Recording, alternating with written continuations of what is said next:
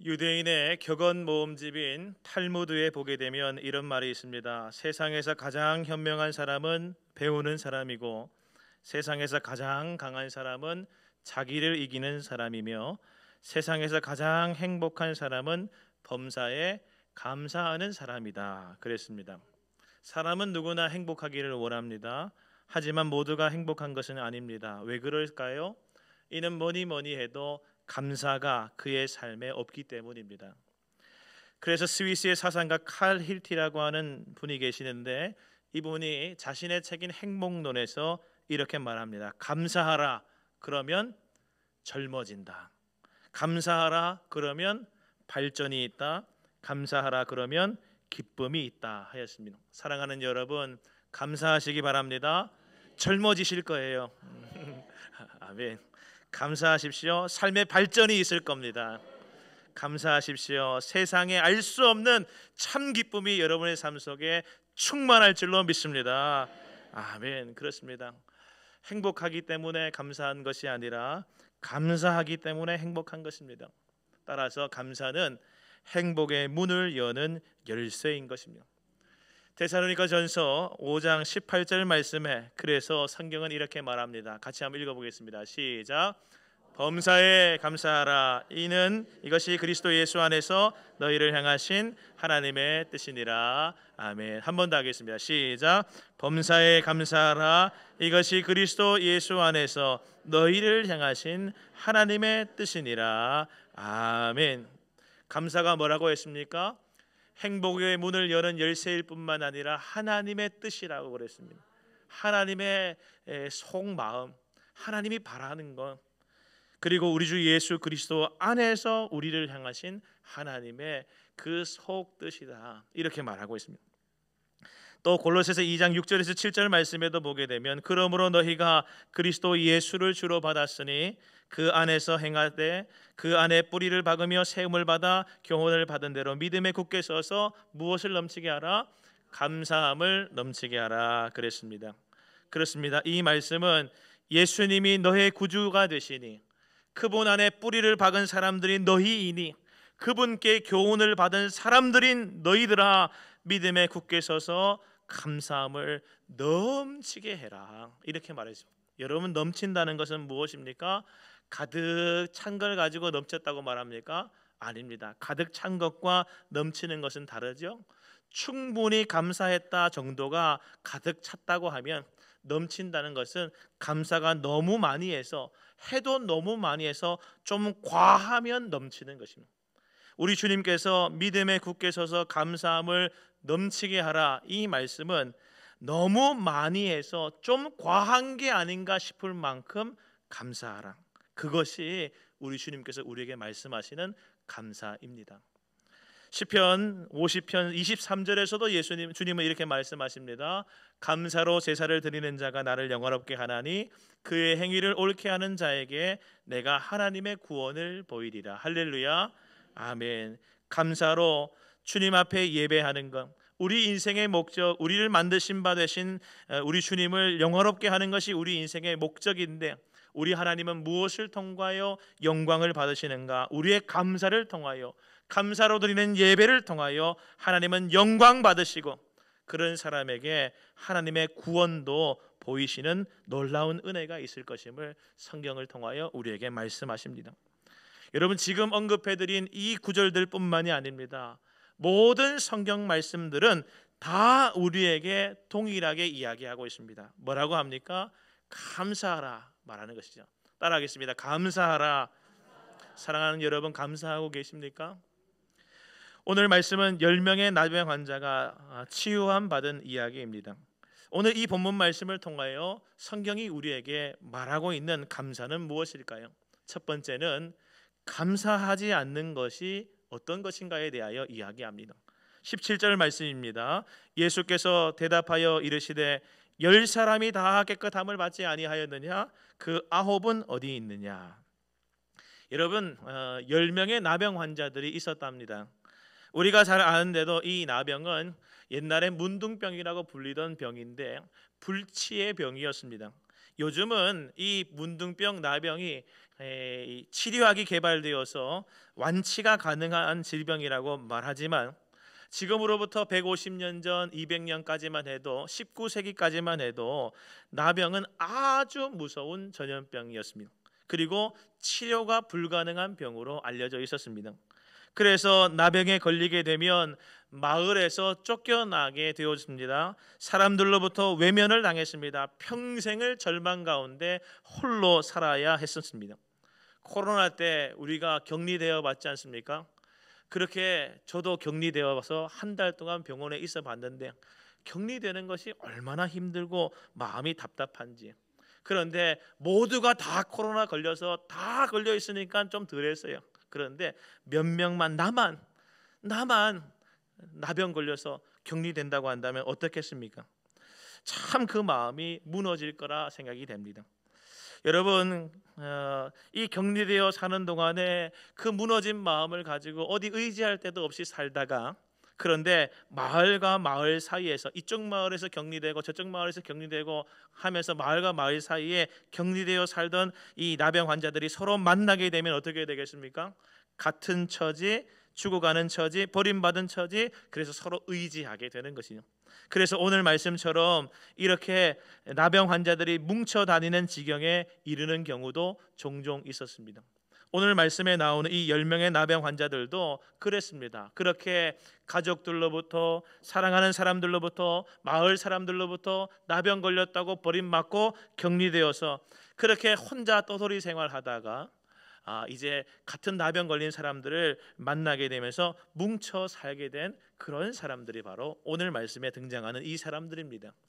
그러던 어느 날 이 사람들이 소문을 들었습니다. 자기들이 살고 있는 격리된 마을, 그 마을에 우리 주 예수님께서 지나가시는 소식을 듣게 된 것입니다. 10명의 나병 환자들은 이전에도 아마 예수님에 대한 소문을 들었을 것입니다. 예수님이 어떤 질병에 걸렸던 예수님께 나아가는 자는 고쳐주시더라, 악한 귀신이 들린 자도 낫게 해주시더라, 이런 이야기를 그들이 들었을 것입니다. 그래서 예수님은 혹시 불치의 병이라고 말하는 이 질병도, 이 고통도 해결해 주실 수 있는 능력이 있는 분이 아닌가 신뢰하게 되어진 것이죠. 그리고 예수님께서 지나가신다는 이야기를 듣고 그들은 담대히 예수님께 나아왔습니다.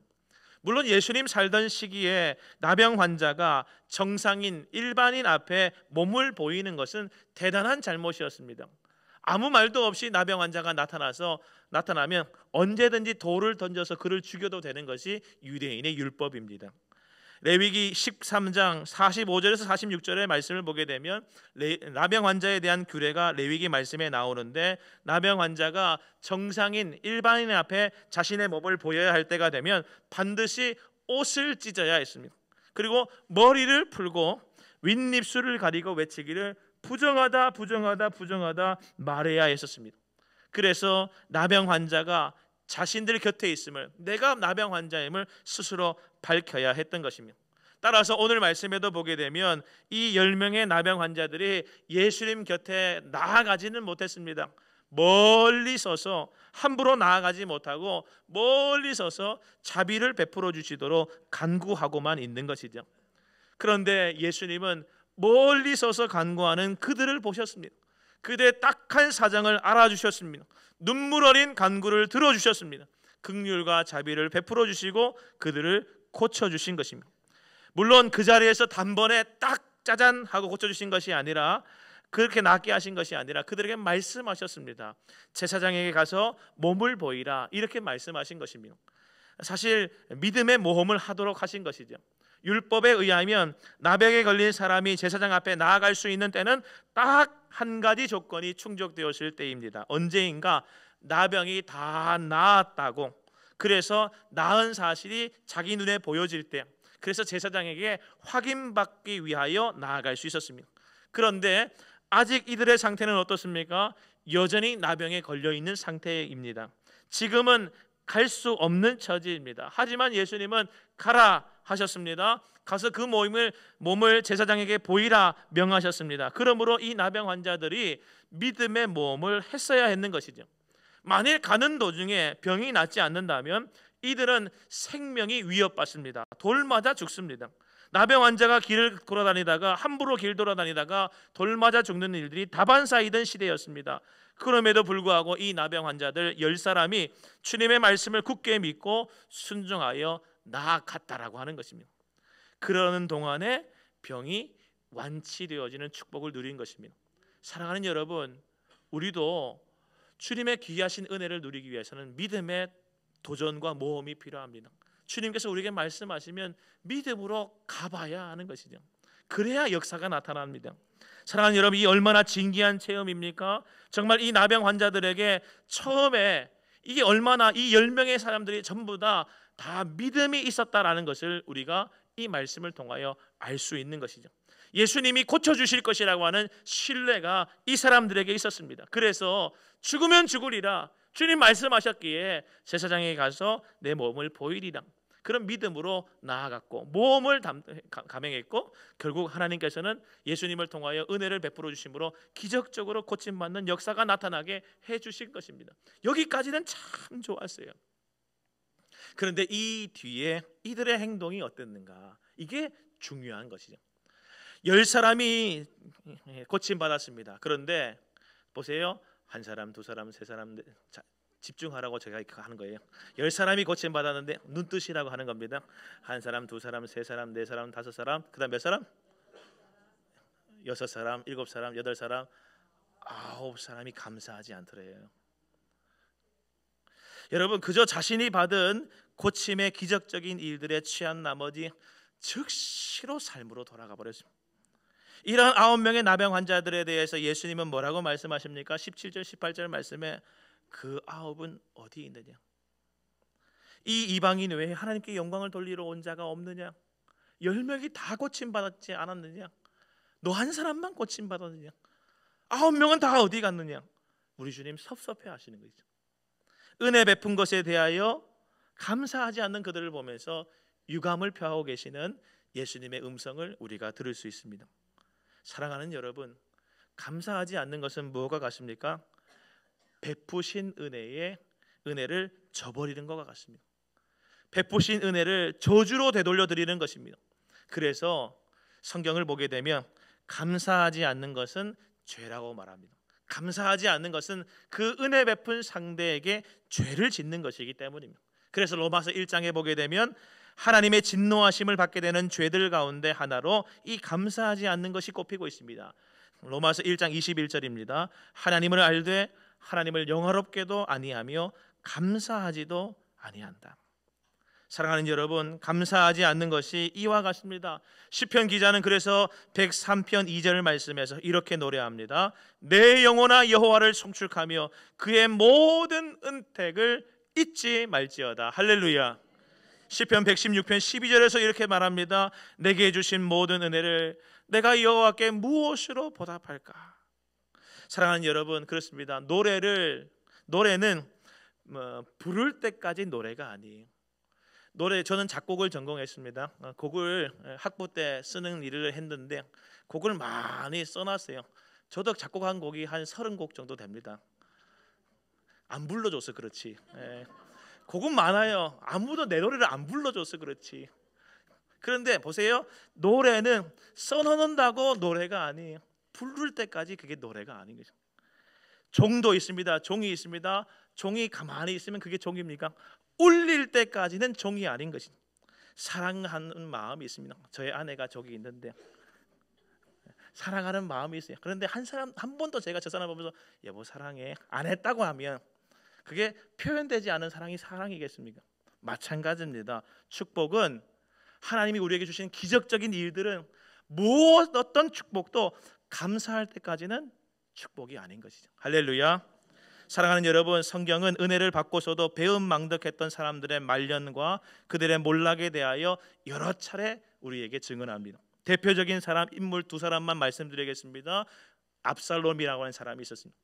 압살롬은 다윗의 너무나 사랑을 많이 받던 셋째 아들이었습니다. 다윗은 많은 아들이 있었지만 그 중에서도 셋째 아들 압살롬을 너무너무 사랑했어요. 그는 실수해도 용서해 주었고 또 많은 기대도 걸어 주었습니다. 그런데 그런 압살롬이 배은망덕했습니다. 은혜를 저주로 갚았습니다. 감사하지 않았습니다. 아버지의 왕위를 찬탈하려고 했고 아버지인 다윗을 죽이려고 쫓아갔던 사람이 압살롬이었습니다. 결국 감사하지 않는 압살롬은 어떻게 되었습니까? 압살롬은 머리카락이 길었는데 말을 타고 달려가다가 머리카락이 나무에 엉겨 걸려서 이게 죽임을 당하고 말았던 사람이 압살롬이었습니다. 가룟 유다라고 하는 사람도 한번 생각해 보겠습니다. 가룟 유다는 예수님의 신임을 받던 제자입니다.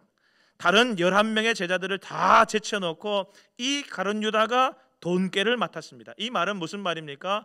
예수님께서 많은 제자들 중에서 이 가룟 유다를 유독 신임했다는 것이죠. 제가 돈이 만약에 100억 있다고 합시다. 없지만 있다고 생각해 봅시다. 제 돈을 누구한테 맡겨야 됩니다. 우리 장로님 중에서 누구를 맡길까요? 제가 어떤 한 분에게 누구를 할까? 우리 이만철 장로님한테 제가 맡겼다고 칩시다. 그렇게 다 쳐요. 그렇게 했다고 치면 제가 누구를 제일 신뢰하는 겁니까? 네, 그렇게 했다고 치면 그러면 제가 이만철 장로님을 제일 신뢰하는 건 아니겠습니까? 왜요? 그 많은 돈을 누구한테 맡겨요? 제일 신뢰하는 사람한테 맡기는 거죠. 마찬가지입니다. 그런데 가룟 유다가 이런 은혜를 입었으며 그런데 그 은혜에 그는 감사하지 않았습니다. 12명의 제자 중에서 나를 특별히 이렇게 신뢰하고 계시는 은혜 베풀어 주시는 예수님께 감사하지 않았습니다. 결국 감사할 줄 모르는 이 가룟 유다는 어떻게 되었습니까? 은 30에 예수님을 팔아버린 사람이 되었습니다. 그리고 그 판돈 은 30도 써보지 못하고 결국 목매달아 죽은 인생이 되어버렸습니다. 사랑하는 여러분, 감사할 줄 모르는 사람은 하나님께로부터도 버림받고 사람에게로부터도 버림받는 것입니다.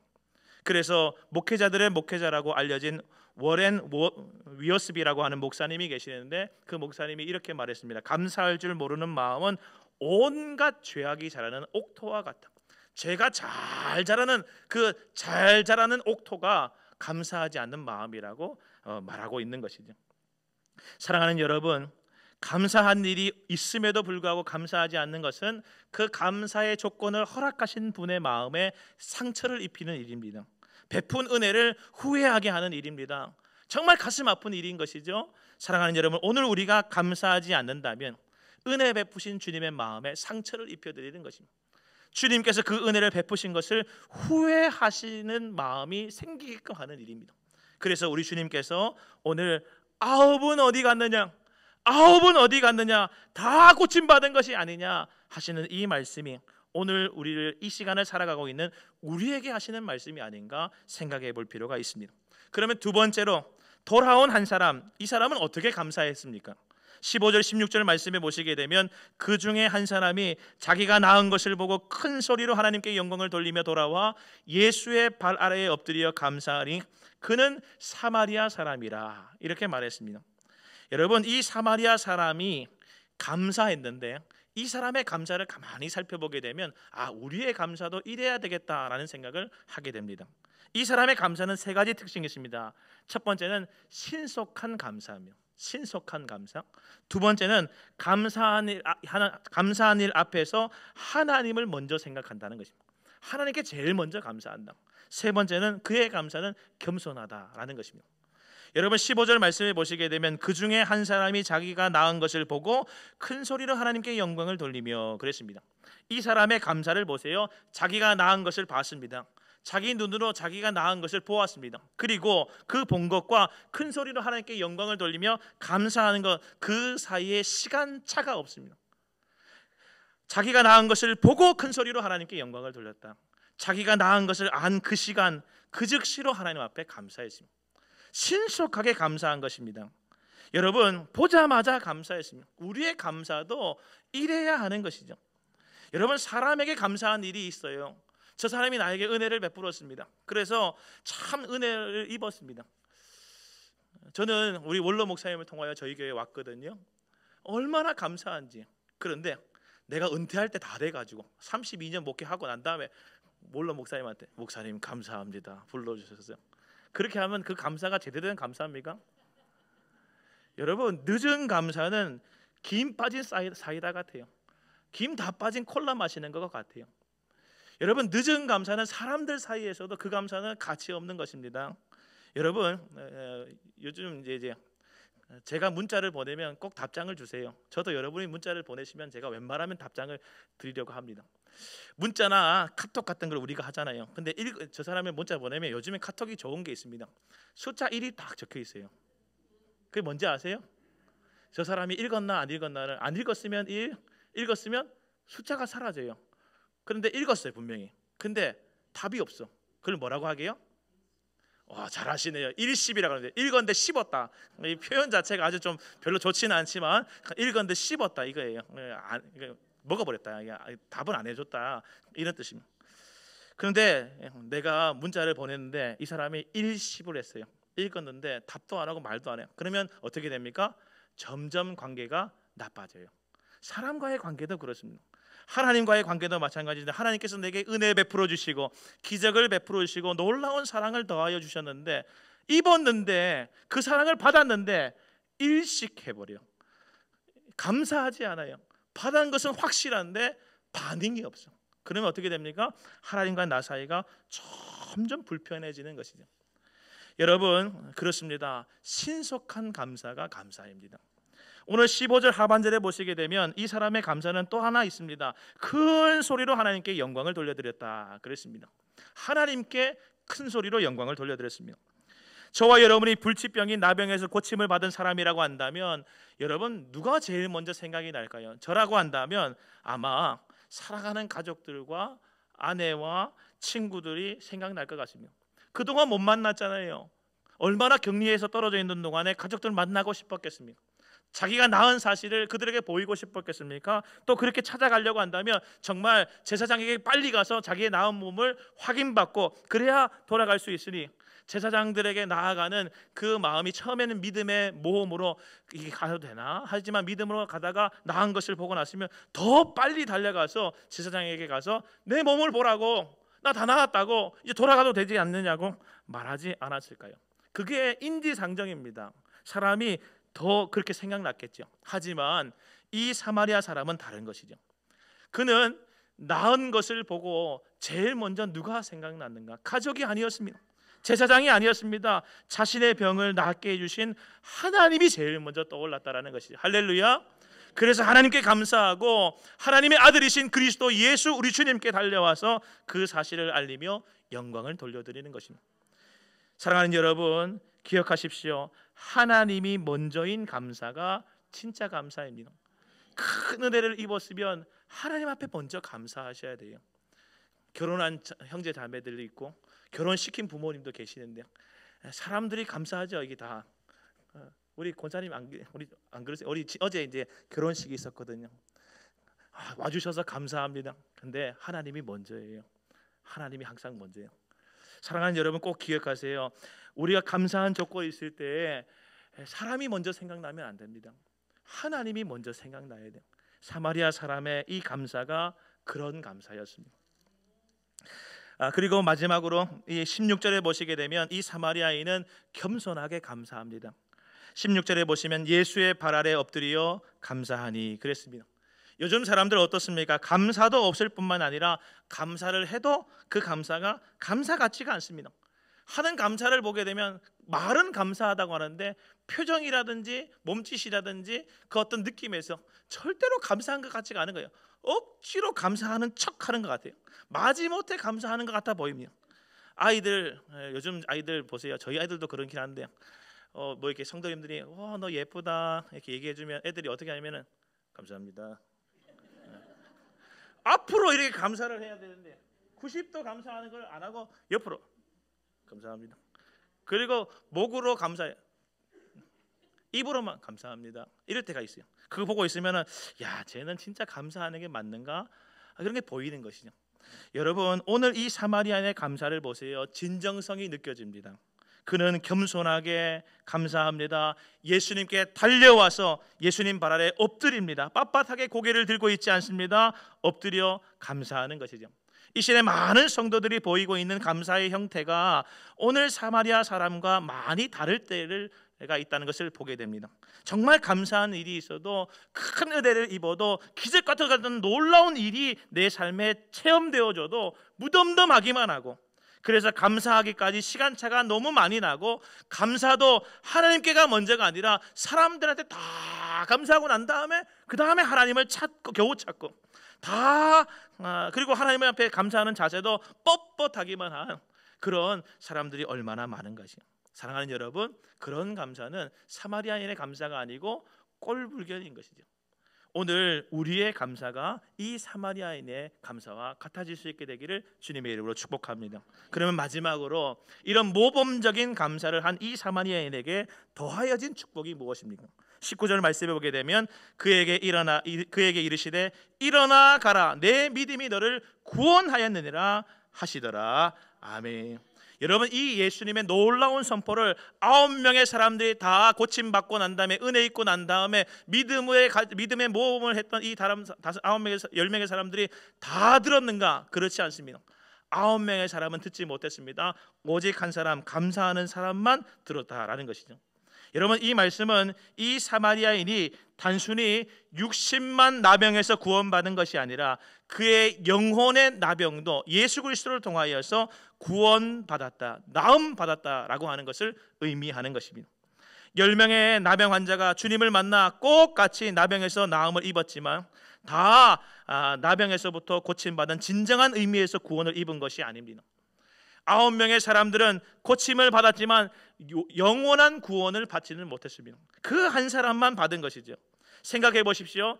은혜 베푸신 예수님의 은혜를 망각하고 떠나간 9명의 나병 환자들은 그 삶이 불쌍합니다.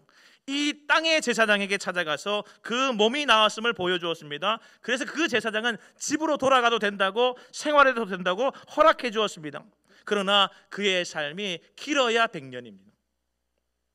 그런데 우리 주 예수님께 나와 감사했던 사람, 이 사마리아 사람, 땅의 제사장이 아닌 영원한 하늘의 대제사장 되신 예수 그리스도께 감사를 표하러 돌아갔을 때 그는 어떻게 되었습니까? 그분으로부터 영원한 구원이 그에게 선포되어진 것입니다. 그래서 영원한 도성의 천국으로 돌아가는 주의 백성이 되어진 것입니다. 사랑하는 여러분, 감사는 그렇습니다. 이처럼 더 큰 축복의 씨앗이며 영원한 구원의 마중물인 것입니다. 이제 말씀을 정리하고 마치겠습니다. 이런 이야기가 있습니다. 제가 시골 사람이라서 이런 얘기를 들은 것 같아요. 도시에서 농촌으로 어떤 귀촌을 한 사람이 있었습니다. 이분이 뭔가를 하고 싶은데 자신이 없으니까 젖소 한 마리를 키워야겠다. 자기가 우유를 좋아하니까 젖소를 키우면 좀 좋겠다. 그래서 젖소 한 마리를 어떤 농장 주인에게 가서 한 마리만 나에게 팔아라고. 그래서 그 젖소를 사와 가지고 이제 키우는 거예요. 그러면서 이제 젖소는 얼마나 좋아요. 매일 신선한 우유가 쫙쫙 나오니까. 그래서 우유를 이제 그 젖을 짜서 이제 먹게 되었는데, 처음에는 이 젖소가 우유가 많이 나오는데 갈수록 적게 나오는 거예요. 그러다가 이 젖소가 젖이 말라버린 거예요. 그럼 젖소가 젖소예요, 젖소 아니에요? 젖소 아닌 거죠. 그래서 이제 이 사람이 열이 받아가지고 그 농장 주인에게 가서 왜 이런 소를 팔았냐고, 당신 집에 있는 많은 소 중에서 왜 하필 이런 소를 갖다 팔았냐고 막 이게 따져 물었습니다. 그러니까 이 농장 주인이 그 판 사람이 어떻게 물어봤습니다. 당신 저 소를 어떻게 관리했습니까? 우리 집에서 제일 좋은 저 소를 줬는데 어떻게 관리했습니까? 그랬더니 이 사람이 이렇게 얘기한 거예요. 제가 매일 우리 부부가 먹을 양만큼 쫙쫙 짜서 먹었다고. 그리고 오늘은 별로 우유 먹고 싶지 않은데 그날은 놔두고, 또 어떤 날에는 먹기도 하고 어떤 날에는 안 먹기도 하고. 그러니까 농장 주인이 하는 말이 있었습니다. 그러니까 젖소가 젖이 마르지. 무슨 말입니까? 젖소는 매일 젖을 짤 수 있는 만큼 다 짜버리고 최대한 다 짜야 더 많은 젖을 생산할 수 있는데, 당신은 그렇게 하지 않았기 때문에 그 소의 젖이 마른 겁니다. 무슨 얘기를 드리고 싶으냐, 사랑하는 여러분, 감사는 할 수 있는 만큼 다 하는 겁니다.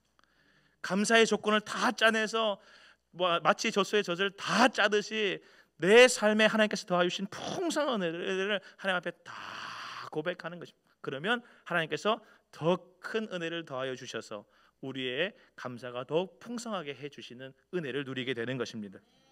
사랑하는 여러분, 생각해 보게 되면 이 10명의 나병 환자보다 더 흉한 영혼의 나병에 걸려 추하고 냄새나는 저주받은 인생이 우리였습니다.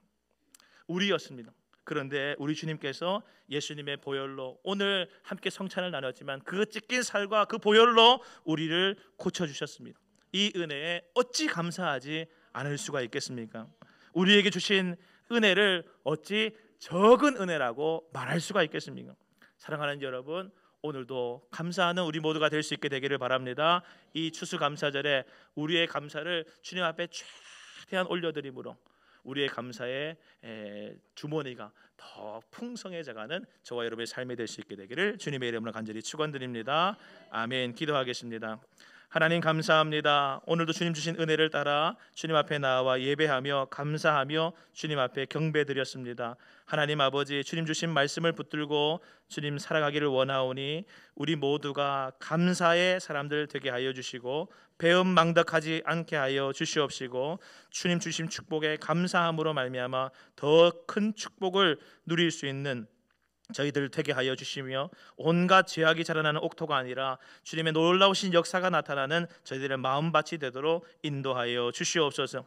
신속하게 감사하게 하시고 겸손하게 감사하게 하시고 감사한 일 앞에 하나님 앞에 먼저 감사하는 우리 모든 성도들 되게 하여 주시옵시며 우리의 감사 위에 주님께서 더 큰 은혜를 더하여 주셔서 우리에게 내 믿음이 너를 구원하였느니라 말씀하시는 주님의 음성이 들리도록 축복하여 주시옵소서. 모든 것 감사를 드리며 살아계신 예수 그리스도의 이름으로 간절히 기도하옵나이다. 아멘.